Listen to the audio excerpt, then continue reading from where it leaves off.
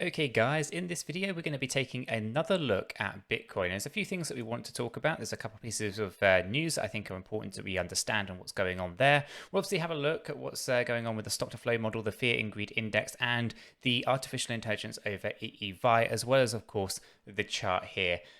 So guys, as we get into it, if you find it useful, hit the like button. I really appreciate that. Of course, if you're new, make sure to subscribe. By subscribing, you will be kept up to date with everything that we do here. Tap on the bell, hit on all notifications, and you won't miss a thing. Right, let's start off, guys, by taking a look at what's going on with this. Right, so here's the worst case scenario for Bitcoin this month, according to the crypto analyst Pam B. Now, the popular crypto analyst and Bitcoin bull Plan B outlined his worst case scenario for Bitcoin during the month of July. And basically, he's talking about the stock to flow model, okay? And basically talking about basically it's a make or break scenario here for the S2F. And ultimately, what he's talking about here is how he can see that there's a worst case scenario during July for Bitcoin. And ultimately, just going through all of this, he's calling out 28K as a theoretical kind of worst case scenario for July in the case of BTC. Now, this is something that's really interesting because, again, when we take a look at where we are within the cycle of, cycle, but when we're in the Wyckoff accumulation pattern that we currently see, then actually I do see a 28K scenario being a worst case scenario, but I also see that as also the possibility of a 24K Bitcoin. Now, I don't think 20K is really possible during the month of July, but I think it's going to be somewhere between that 24 and 28K. So I don't think he's too far wrong. But obviously, when you take a look at the stock to flow model, obviously that has to have some kind of bearing to his numbers that he's talking about here. So 28K again is something that we can see within the charts, and is something that is lines up nicely with the stock to flow model as a worst case scenario. With this likely being said, though, his possible your worst case possible for the month of August would be about 47K. And obviously he does reiterate that 64K was not the peak of the bull run. And his expectations are that actually we're going after about 288K. Now, that's a little bit higher than what my expectations are with Bitcoin. And then we'll get into the charts on that in just a moment. But I thought it was well worth kind of just bringing up to everyone's attention what Plan B is talking about here when he looks at his stock to flow model and ultimately, where he thinks the worst case scenario is for July. Now, with that being said, the other thing that we need to talk about here is obviously that Bitcoin witnesses historic drop in mining difficulty rate due to the China exodus, right? So with so many miners leaving China and everything going on over there and setting up and in different countries, neighboring countries, ultimately the difficult rate in actually mining Bitcoin has dropped significantly. Here you see a negative 28%. So again, this actually has a bit of an impact on making it very easy to actually mine. So for newcomers who might want to actually start mining Bitcoin from their home computers or set up nodes to specifically to mine Bitcoin, that difficulty rate dropping actually makes it a little bit easier and a little bit more cost effective to actually go ahead and mine. So obviously there's a huge energy cost that's associated with the difficulty. So that's pretty actually good news on that too from a decentralized point of view. But I think it's going to be short-lived. We're going to see this dramatically increase, I feel, towards the second half of this year. So for now, I guess there's some people that will be able to take advantage of this drop in difficulty.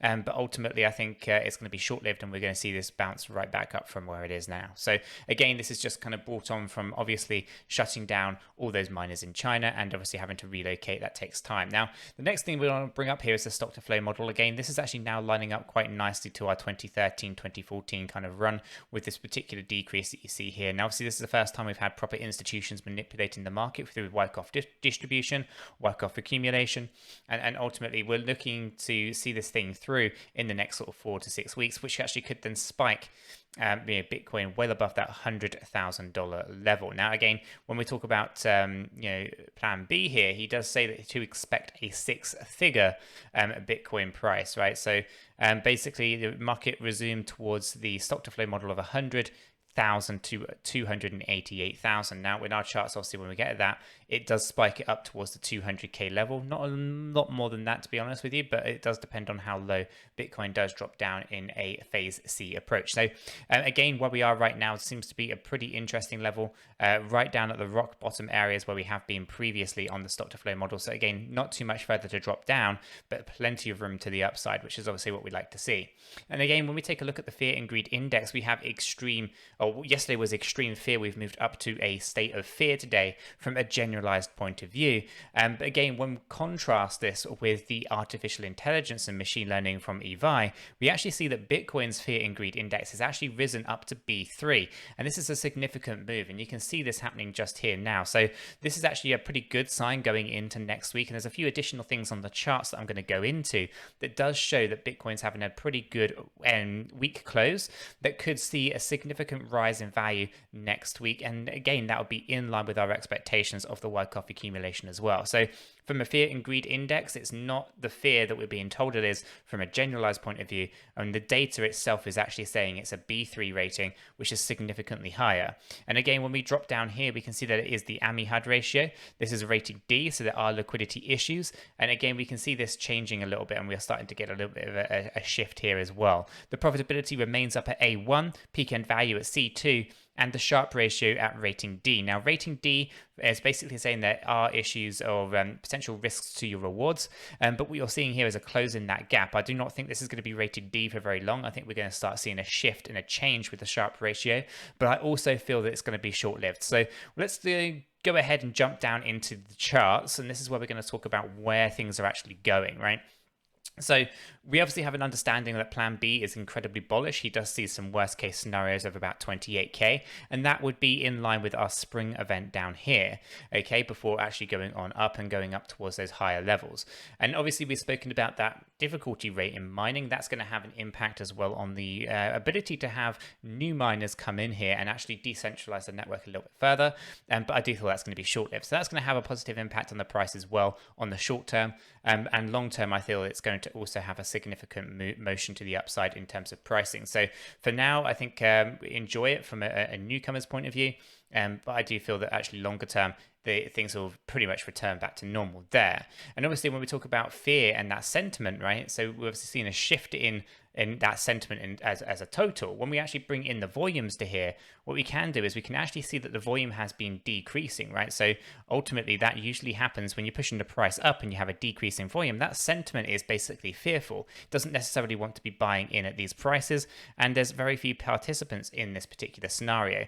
Yet when we drop the price to the downside, for example, this over here, we saw an increase in selling volume, which means basically loads of fear.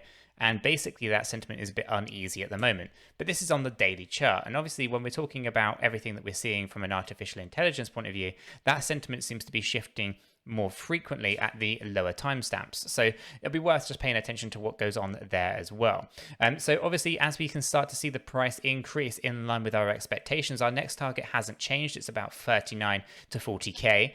But again, if we have had the spring event, this is something that we were talking about previously, then if this actually was the spring rather than the secondary test in phase B, we'll be following the same pattern moving on up, except we would actually be coming to a bit of a close around 37k. So considering our position now at about 35k, there's only about 2k left before we have a pullback. Of course, that pullback should be short-lived and we should spike up towards 44k. In my scenario, where I think we are over here, actually we'll be pushing up towards our 40k before having a significant pullback towards 36, and then getting rejected from about 42k, and then we'll be coming down. So one thing that we're going to find out shortly is whether or not we are in phase B or whether we are actually going into phase D over here. So this is something that we're going to hopefully plan to find out in the next kind of week, maybe 2 weeks, depending how long it takes. We won't move straight up here in a straight line, and I'll get into why that will be in a moment. We'll have some small pullbacks on this journey to 40k before a major pullback, and then getting rejected from 42k, coming down to this decision here.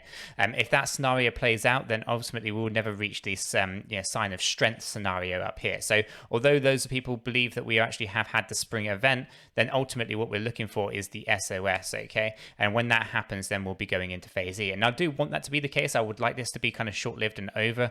However, I would like to think that I'd like to think that we're going to have that sign of strength and go into phase E.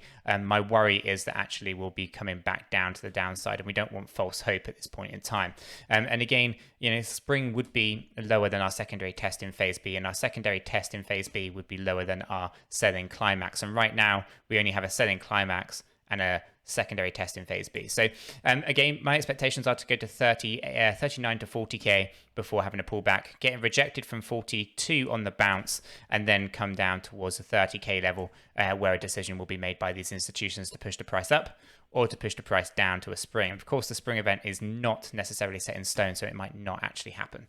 Okay, right. So with that being said, now we have a good understanding as to what some of these other analysts are talking about in the space in terms of plan B, where he thinks the lows are during the month of July, which would be in line with our spring event, although we do have also the 24k, a potential line just down here.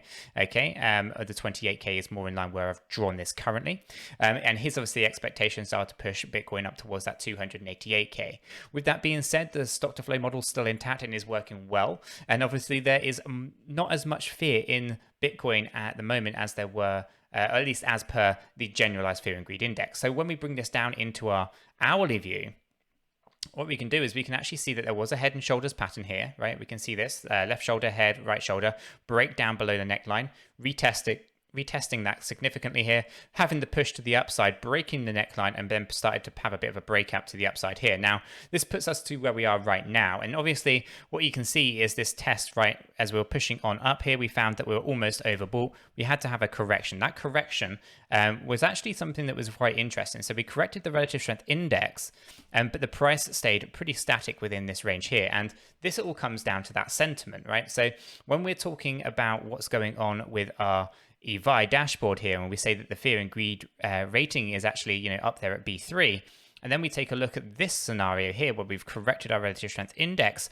and yet we've actually kept the price pretty stable. This is a testament to saying that the artificial intelligence is spot on right. We can see increase in volume as we push the price up, and it's good buying volume. And as we go to get a correction, the volumes drop down. That sentiment is exactly what the artificial intelligence is telling us that there is in this space right now. Okay, and again, this was updated at midnight, so ahead of the curve, which is really important to understand that the AI is basically picking up on the patterns inside the data rather than relying on some, a human's bias to say that there's fear in the space because of X, Y, and Z. That data doesn't care so much. The artificial intelligence doesn't care. And right here, what you're seeing is this exactly play out as per that AI. So you're seeing that ultimately over this section here, we can see that there was significant amount of fear in the space. We could see that volume there was all selling volume. And then we saw the shift just about here. Okay, we had a push to the upside in price. We had a push with volume. We had a decrease in price. We had a decrease in volume. And this kind of repeated itself over and over and over. And if this continues, then we should start to see Bitcoin's price rally up to the upside pretty quickly here. There's going to be some interesting areas of support and resistance found because we're going to kind of take this in bite-sized chunks, I would have thought. It won't be a straight line up to our 39K, but that seems to be the journey that Bitcoin is on at the moment. And if this does continue into next week, we stand a real good shot at actually going all the way up to that 39 to 40K level. With this being said, that's a phase B scenario. Of course, we still could be actually in that phase C going D scenario, in which case this would top out to around that kind of 38K area before having a pullback, not much, but a significant one, and then would go on up towards 44K. So if that happens, then obviously we have to be aware that we are in or going into a sign of strength, going into phase E and finishing this accumulation pattern. If, however, we go up to 40K and surpass that kind of 37, 38K range, and then have quite a major pullback from there, the expectations would be to get rejected from 42K and go down to 30K. Okay, and then obviously from there, we'll go into phase C. And obviously those institutions will make the decision as to whether or not to push the price up or down, have a spring or not to have a spring in phase C, go to phase D, go to phase E, and then we're out with the accumulation. My expectations are this is going to be quite long-winded. I don't think we're going to be out of this very quickly. Of course, if we do go up to 44K, that does indicate that we are moving out much faster than I anticipate. But for now, we should enjoy the fact that everything is lining up quite nicely. Sentiment is shifting. We have pretty interesting and bullish news out there. And of course, we are looking to push the price up at least to $37,000 from our 35K at the moment. And obviously, all heads will be turned and to monitor to see how things actually play out as we approach these next key levels for Bitcoin. So guys, if you found this useful and informative, a brief update on Bitcoin, definitely do go ahead and give me a like. I really appreciate that. If you're new, make sure you're subscribed. By subscribing, you will be kept up to date with everything that we do here. Hit the bell, tap on all, and you won't miss a single video. With that said, done and out of the way, I hope you have a fantastic day, guys, and I'll catch you all in the next one.